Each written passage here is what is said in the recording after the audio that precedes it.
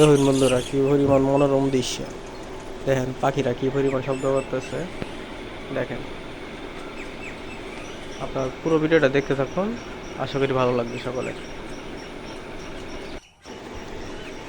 দেখুন যে একসাথে হঠাৎ করে অনেকগুলো পাখি এসে রাখারাখি শুরু করবো এবং ঝগড়া করা শুরু করবো। দেখেন,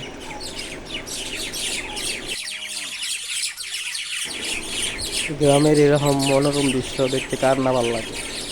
অসাধারণ দৃশ্য দেখলাম, ভালো লাগতেছে।